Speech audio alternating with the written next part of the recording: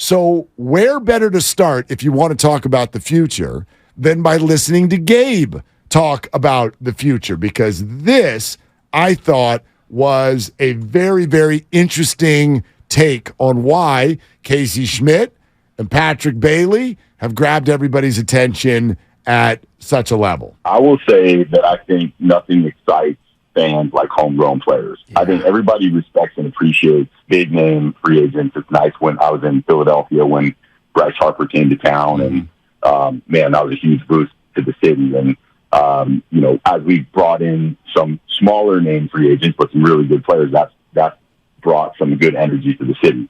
But there's nothing like when a player comes up and performs, and the city's like, man, we might have this guy for the next 10 years, and he might be a cornerstone for us. And we didn't have to spend several $100 million to get him. We signed him out of the draft, and he was developed by our player development system. I think that makes everybody feel pretty warm and fuzzy. So he's right. He's spot on. And it's so funny how all of us, and we can all collectively take the L here. I was driving the kid to school this morning, and Bonte goes, man, Giants totally escaped one there with Carlos Correa, and I think Farhan had a pretty good offseason. I'm telling you. Did you crash your car? No, I didn't. I too easy. What's I almost drove off the road. Yeah. No, Did you spit out your coffee? I almost decided. Your iced latte? I decided to have my kid take the day off school so we could talk about the way sports opinions come together. We're just radio hosts. You're just fans. We're just fans. We're allowed to change our opinion and do an about face. New information. And we all have. And it's totally fine. You can still go, hey, Mania, hey, Stripling, and look at the offseason that the Giants had. But yeah, all of a sudden, it all looks different. And it does look like, as Dave Fleming said yesterday, it does look like the plan is back on track. And all it took was Rodon and Correa being hurt. It took Michael Conforto hitting a couple of home runs. It took Schmidt showing up. It took Bailey showing up. It took good news about Matos and Harrison down on the farm. It did. And that's all it took. And now suddenly everything is okay. But when you talk about the future and why that is capturing a Giants fan right now, I think this is intricate. It's twofold. One, it's baseball. And we look at the future differently in baseball because there's a minor league. Now, I know there's a G League in the NBA. But the bottom line is in hoops and football, a person can be drafted and contribute right away. You don't do that in baseball. Well, in basketball, the G League is a place where you're not good enough to be in the association. It's usually not like, hey, we're going to start you in the G League, and then you're going to come up, and then you're going to be a star. Right. You either are in the G League because you're not good enough, or you go down there because you're not playing enough. Right, but in baseball, it literally does not happen. You do not draft a player and then have him on the roster a few months later. Very rare. I mean, yeah, I guess it's happened like a time or two in history. So, Andrew Jones. Yeah, it's not something that baseball teams do. So we're forced to think a little bit about the future. Baseball America, Keith Law, top prospects, the whole kit and caboodle, right? But the reason the future matters more for the Giants than it does the 49ers and the Warriors is because they're not in a championship window right now. Right. I have reached the point where when a team that I'm rooting for is in a championship window, I could pretty much give a rip about the future. I don't think I can give a rip about the future right now. And so this would speak to not only Trey Lance, but it would also speak to Jonathan Kuminga. Jordan Poole. And Patrick Baldwin Jr.? Yeah. Ryan Rollins and his broken foot? I don't want to say this to their face, but I couldn't give a rip. He's got a broken foot, and you don't care? Terrible. Now I'm going to get mad at you. Well, look, that broken foot is... You're cold-hearted. No, it's not our fault. It's Kyle Shanahan's. Anyway. That's a 4. Point being. Good timing. That was well-timed. Thank you. You're welcome. Point being is... And you're right. Not that I couldn't give a rip about them as people. Right. I'm a very caring human being. But... Mark, what do you think about the Warriors in 2027-28? I couldn't give a rip. Couldn't give a rip. Thank you. I couldn't give a rip. Thank you. Because in the NBA, if you don't have a superstar, do you even have a chance? I know you can give me Detroit Pistons 04 or whatever. Oh, they had superstars. Not superstars, right? They had a lot of good players. I wonder how many of those guys are in the Hall of Fame. Chauncey Billups. Is he in? No. I'm just telling you who was the core of that team. Rasheed Wallace. Rip City. Yep. Hamilton. Tayshaun Prince. Yep. Tayshaun. Ben Ben's Wallace. actually in the Hall of Fame. I know that. Oh, that's right. He is. I Googled it a Which couple is weeks wild ago. because when you were watching that series unfold, Ben Wallace was not the centerpiece of that team. Right. But to your point, that was a team without a superstar. And even if you look right now in the association at what we have left, Jokic, yes, is a superstar. Yep. Murray's on the cusp of it. Jimmy Butler, don't even get me started on how much of a superstar that guy is. And Boston may have two. They may have one. Depends who you ask. They have none. Totally, right? But no, they're frontline players. Yeah. They're frontline players. So I guess the point is, as we've had this Warriors debate now for the last couple weeks, we've had the Trey Lance conversation now for multiple years. While Steph Curry's here, and whether this leads to a LeBron conversation, a Jaylen Brown conversation, a run it back conversation, one thing that, I've certainly reached this point with the Warrior thing, boy, there are 1,000 opinions, and I'm sort of in a mindset right now of listening to all of them. I don't know who has this one right. The Warriors are in a very tough spot, and I don't know what's even available to them, but I'm focused on anything that leads to Steph. The idea that, oh gosh, you could lose your future, I think doesn't even exist. I think that's a cloud. The idea that Jordan Poole and Jonathan Kuminga, Moses Moody, James Wiseman when he was here, all of that, oh gosh, what about the future? I don't care. I don't care. I will worry about that when we get there. And I think that, think about it even in just a regular life. When you're having fun, when you're in a good moment, you don't think about the future. When you're on vacation, the whole goal is to not think about your to-do list. You worry about it when you get back. That last day in Hawaii, though, sucks. It really does. And we're not there with this Warriors team. We still have a few more nights in Hawaii. I agree. You'd like to think. So why am I worried about the to-do list when we get home?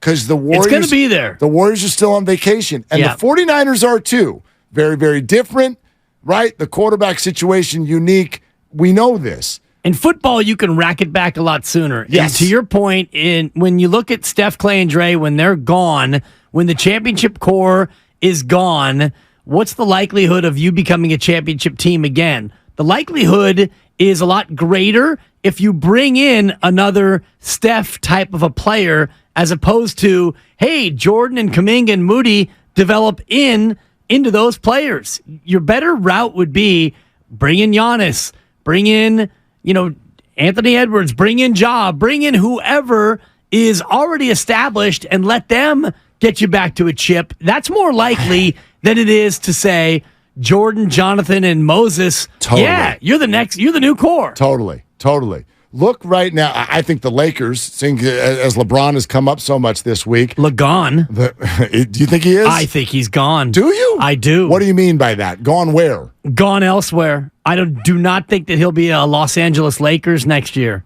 Really? I really don't think so. That's interesting. I can't imagine him wanting to rack it back with Anthony Davis again. And Anthony Davis will be there. That's the relationship I don't know anything about. I don't know what he I don't thinks. know anything about it either. I don't But know see what I see, and I know that LeBron James is a competitive cold piece, and Anthony Davis is not.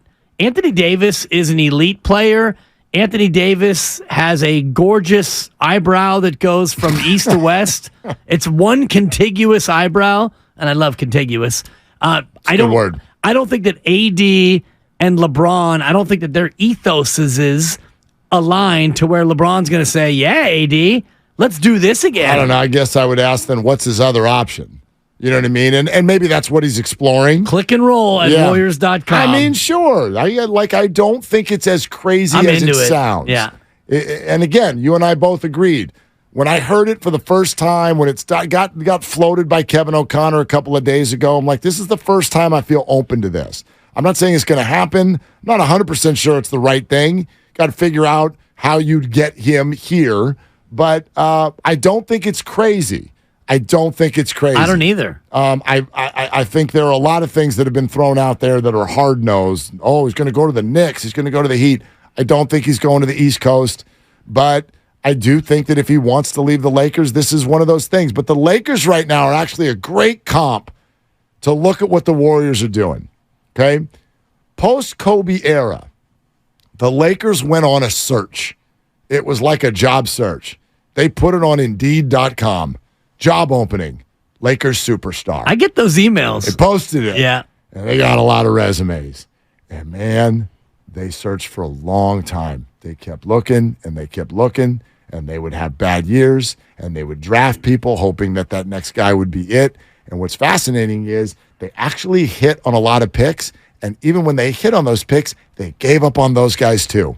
Kuzma, Brandon Ingram, Julius Randle. Yeah, that's right. Julius Randle. These are good NBA players. Yeah. And right now they're trying to be ones on different. Ingram is trying to be a one. Oh, he's a one. For the Pelicans. Well, Zion, when he's there, when he's not. But yeah, Brandon Ingram's a player. The Knicks might be mad at Randle right now, but he's trying to be their one. Brunson's there.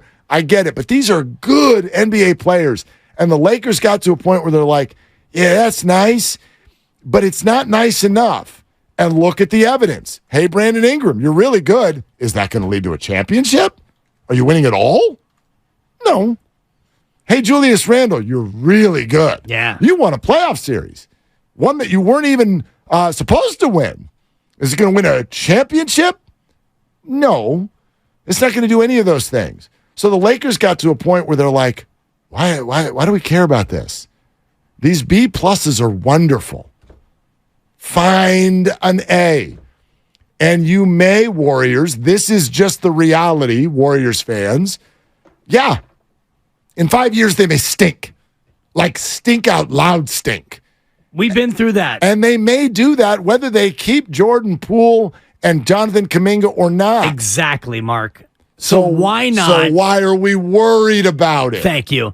We're not worried about it. That's my question. And we loved Monte Ellis. And Monte Ellis, to me, is a lot like Jordan Poole, where Monte Ellis was the Warriors' best player. And if he's your best player, you're going to be 31 and 51, and he's a whole lot of fun to watch. He was my son Quest's favorite player because we went to a Warrior game, and he got a Monte Ellis commemorative backpack, and he brought it to school, and he's like, Monte's my guy, and he was a Monte guy, and then they traded Monte, and Quest was so mad at Joe LaCobe and Peter Goubert, and he was mad, and I tried to explain to him they're clearing the way for this guy, Wardell, I think his name is, and he wasn't hearing it, but that's what your team is, I think. Well, if you keep Jordan Poole, you are 31 and 51, and Jordan Poole gets you 26 and 3, and boy, is he fun to watch, but he's not a championship player if he's your one. So I guess that's our question. And 888-957-9570, how concerned are you about the future? And let me throw in another name, because I've noticed this. From being booed at the Warriors Summit when I pitched the idea, to watching the response on social media, to watching Colin Cowherd throw his name into a LeBron deal yesterday, this fan base is obviously open to a Jordan Poole trade. From what I can tell, you're not open to an Andrew Wiggins trade. And I'd like to know why. Oh, I'm open to it. Because Andrew Wiggins is Brandon Ingram and Julius Randle. He's a B+. He is a really good player who's proven in the NBA. He's not your one. No, but if he's your 3 or your 4, you're a championship team. Great. So, and let's just... So keep him or not, you're still on Indeed.com looking for a 1 and a 2. So if you keep him next year and it's Steph, Clay, Dre, and Wiggins and Looney, if you just run it back with who you have, and I know DDV is probably going to leave and J. Mike is gone, whatever, you can replace them with like players or not. But if you run it back with what you have, you're not a championship team. So if you're not going to win a championship, why not be bold? And if you're going to be bold, in my opinion, being bold means you get Jaylen Brown or LeBron James. And if you get Jaylen or LeBron, then Andrew Wiggins is a piece that could attract that kind of talent coming back. Joe Lacob, you think he's bold? Nah, he's... Do you know what I mean? Like here, this is the other thing. There's always two ways, I feel like, looking at any sports conversation. It's what we think, and then it's what we think is going to happen, right? So, Right. for instance, somebody can be like, I don't like Kyle Shanahan. Great, but the 49ers aren't going to do anything about that. And the league loves So, him, and the owner right. loves him, and he wins, and so great. Your opinion can be fire Kyle, but then what's your Fire opinion about Kyle right now. Yeah, what's your opinion about what the 49ers are going to do? Correct. Right. So you can hate bold ideas for the Warriors right now, but Joe Lacob doesn't.